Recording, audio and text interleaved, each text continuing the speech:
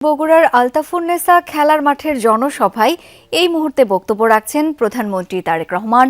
আমরা সরাসরি চলে যাচ্ছি তার বক্তব্যে।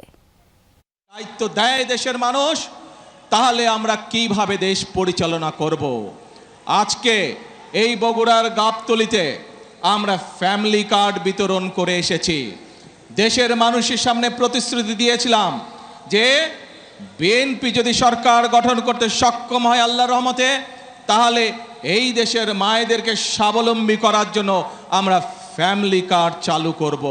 সেই প্রতিশ্রুতির কাজ, আমরা প্রতিশ্রুতি বাস্তবায়নের কাজ সরকার গঠন করার সাথে সাথে আমরা শুরু করেছি। প্রিয় ভাই বোনেরা, শুধু তাই নয়, এইখানে এই মঞ্চে দাঁড়িয়ে আমি বলেছিলাম, আপনাদের এরকম হাজার হাজার মানুষের সামনে আমি বলেছিলাম, বিএনপি যদি সরকার গঠন করতে সক্ষম হয় তাহলে আমরা দেশের কৃষক ভাইদের পাশে দাঁড়াবো এবং কৃষক ভাইদেরকে, মা বোনদেরকে যেমন ফ্যামিলি কার্ড দেব, কৃষক ভাইদেরকে আমরা কৃষক কার্ড পৌঁছে দেব। প্রিয় ভাই বোনেরা, সেই কাজেরও বাস্তবায়ন আমরা শুরু করছি পর্যায়ক্রমিকভাবে। শুধু তাই নয়, এই মঞ্চে দাঁড়িয়ে আমি আপনাদের সামনে বলেছিলাম, বাংলাদেশ জাতীয়তাবাদী দলের পরিকল্পনা ছিল আমরা যদি সরকার গঠনে সক্ষম হই তাহলে যে সকল কৃষক ভাইদের 10,000 টাকা পর্যন্ত কৃষি ঋণ আছে, সেই কৃষি ঋণ সুদ সহ আমরা মওকুফ করব সরকার গঠন করলে। ইনশাআল্লাহ আল্লাহর রহমতে আপনাদের দোয়ায় সেই কাজটিও আমরা সরকার গঠনের প্রথম 10 দিনের মধ্যে ইনশাআল্লাহ সম্পন্ন করেছি, যার ফলে সারা বাংলাদেশে 12 লক্ষ কৃষকের ঋণ মওকুফ হয়ে গেছে সুদ সহ। প্রিয় ভাই বোনেরা, এই যে পাশে বায়তুল হাফিজ জামে মসজিদ, আমরা এই মঞ্চে দাঁড়িয়ে আমি আপনাদের সামনে বলেছিলাম, বাংলাদেশ জাতীয়তাবাদী দল বাংলাদেশের মানুষের কাছে প্রতিশ্রুতি দিয়েছে যে সরকার গঠন করতে আমরা সক্ষম হলে পরে এই যে মসজিদ বলেন, এতিমখানা বলেন, এখানে ইমাম সাহেব আছেন, মুয়াজ্জিন সাহেব আছেন, খতিব সাহেব আছেন সহ অন্য ধর্মের যে ধর্মীয় গুরুরা আছেন, তাদের জন্য আমরা সরকারের পক্ষ থেকে সম্মানের ব্যবস্থা করব, যাতে এই মানুষগুলো একটু আত্মসম্মান নিয়ে বেঁচে থাকতে পারে।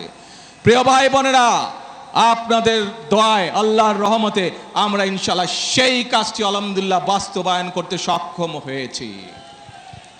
প্রিয় ভাই বোনেরা, আপনাদেরকে আমরা বলেছিলাম, দেশের মানুষকে বলেছিলাম যে আমরা এই বগুড়ার সন্তান শহীদ রাষ্ট্রপতি জিয়াউর রহমান, তার একটি বিখ্যাত কর্মসূচি খাল খনন কর্মসূচি আমরা শুরু করব। কারণ আমরা দেখেছি বর্ষার সময় যে খালগুলো, নদীগুলো ভরাট হয়ে যাওয়ার কারণে কিভাবে বর্ষার সময় অনেক এলাকা প্লাবিত হয়, কিভাবে গ্রামের মানুষ, শহরের মানুষ সকলে কষ্ট পায়, সম্পদ নষ্ট হয়, গবাদি পশু নষ্ট হয়, ফসল নষ্ট হয়। এই সমস্যার সমাধান করতে হবে।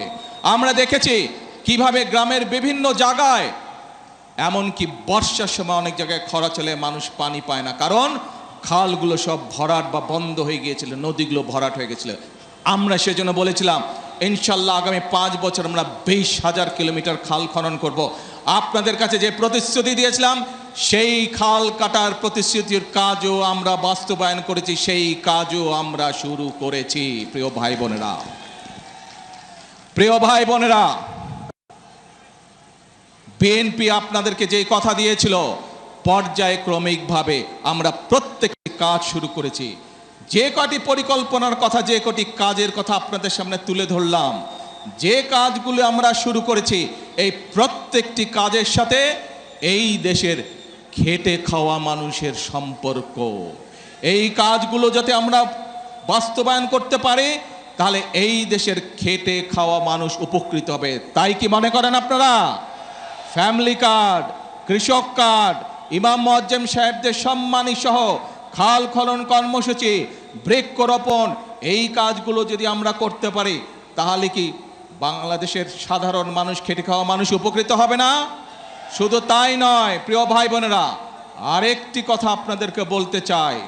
সরকার গঠন করার সাথে সাথে আমরা খোঁজ করার চেষ্টা করেছি বিভিন্ন বিদেশে, যে সকল দেশে বাংলাদেশ থেকে জনরপ্তানি হয়, এইরকম দেশগুলোতে আমরা কাজ শুরু করেছি যে কিভাবে বাংলাদেশের মানুষকে অল্প খরচে আমরা বিদেশে চাকরির সংস্থান করতে পারি। ইনশাল্লাহ শীঘ্রই আপনাদেরকে বাংলাদেশের মানুষকে আমরা সুখবর দেব, স্বল্প খরচে দেশের মানুষ, দেশের তরুণ সমাজ বিদেশে চাকরি নিয়ে যেতে পারবে, কর্মসংস্থানের ব্যবস্থা করে যেতে পারবে। এখন প্রিয় ভাই বোনেরা, 5ই আগস্ট সকলের মনে আছে 2024 5ই আগস্ট এই দেশ থেকে স্বৈরাচার বিদায় হয়েছে। তার আগের একটি ঘটনা আপনাদের সামনে তুলে ধরি। 2016 সাল দেশনেত্রী খালেদা জিয়া সমগ্র জাতির সামনে 2030 ভিশন দিলেন, অর্থাৎ 2030 সাল পর্যন্ত বিএনপি দেশকে কিভাবে সাজাতে চায়। শুধু তাই নয়, একই সাথে উনি দেশের মানুষের সামনে বিভিন্ন বিষয় সংস্কার প্রস্তাব উপস্থাপন করলেন। পরবর্তীতে আবারও বিএনপি বাংলাদেশ জাতীয়তাবাদী দল যে সকল রাজনৈতিক দলকে সাথে নিয়ে রাজপথে আন্দোলনে ছিল, সকল রাজনৈতিক দলকে একসাথে নিয়ে দেশের মানুষের সামনে আমরা আবার সংস্কার প্রস্তাব উপস্থাপন করেছি। মনে আছে আপনাদের বিএনপির 31 দফা সংস্কার কর্মসূচি মনে আছে?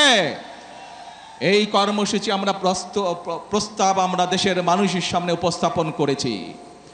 যে সময় বিএনপি এই 31 দফা এই সংস্কার প্রস্তাব বিএনপি দেশের সামনে জনগণের সামনে উপস্থাপন করেছিল, বাংলাদেশের আর কোনো রাজনৈতিক দল বিএনপি ছাড়া অন্য রাজনৈতিক দল সংস্কারের শব্দটিও তখন উচ্চারণ করেনি, স্বৈরাচারের ভয়। কিন্তু আপনাদের দল বাংলাদেশ জাতীয়তাবাদী দল, বাংলাদেশের মানুষের খেটে খাওয়া রাজনৈতিক দল, মানুষের রাজনৈতিক দল, বাংলাদেশের কৃষকের রাজনৈতিক দল, বাংলাদেশের মা বোনদের রাজনৈতিক দল, বাংলাদেশের ছাত্র জনতার রাজনৈতিক দল, বাংলাদেশ জাতীয়তাবাদী দল স্বৈরাচারের রক্তচক্ষুকে উপেক্ষা করে 31 দফা সংস্কার দিয়েছিল। কারণ আমরা দেখেছিলাম স্বৈরাচার বিগত 16 বছরে কিভাবে পরতে পরতে দেশকে ধ্বংসের দ্বার প্রান্তে নিয়ে গেছে, কিভাবে দেশের স্বাস্থ্য ব্যবস্থাকে ধ্বংস করে দিয়েছিল, কিভাবে দেশের ব্যাংকিং ব্যবস্থাকে ধ্বংস করে দিয়েছিল, কিভাবে দেশের যোগাযোগ ব্যবস্থাকে ধ্বংস করে দিয়েছিল, কিভাবে দেশের শিক্ষা ব্যবস্থাকে ধ্বংস করে দিয়েছিল। কিছু মেগা প্রজেক্ট করে দুর্নীতি করেছে, এর বাইরে কিছু করেনি। এখন প্রিয় ভাই বোনেরা, 5 তারিখের স্বৈরাচার পালিয়ে যাবার পরে যে অন্তর্বর্তীকালীন সরকার আসলো, সেই অন্তর্বর্তীকালীন সরকার এসে সংস্কার কমিশন গঠন করলো। সেই সংস্কার কমিশনে আপনাদের পক্ষ থেকে, জনগণের পক্ষ থেকে বাংলাদেশ জাতীয়তাবাদী দল তার মতামত উপস্থাপন করেছে। আমরা সব সময় বলি, আমরা যা করব স্বচ্ছভাবে করব।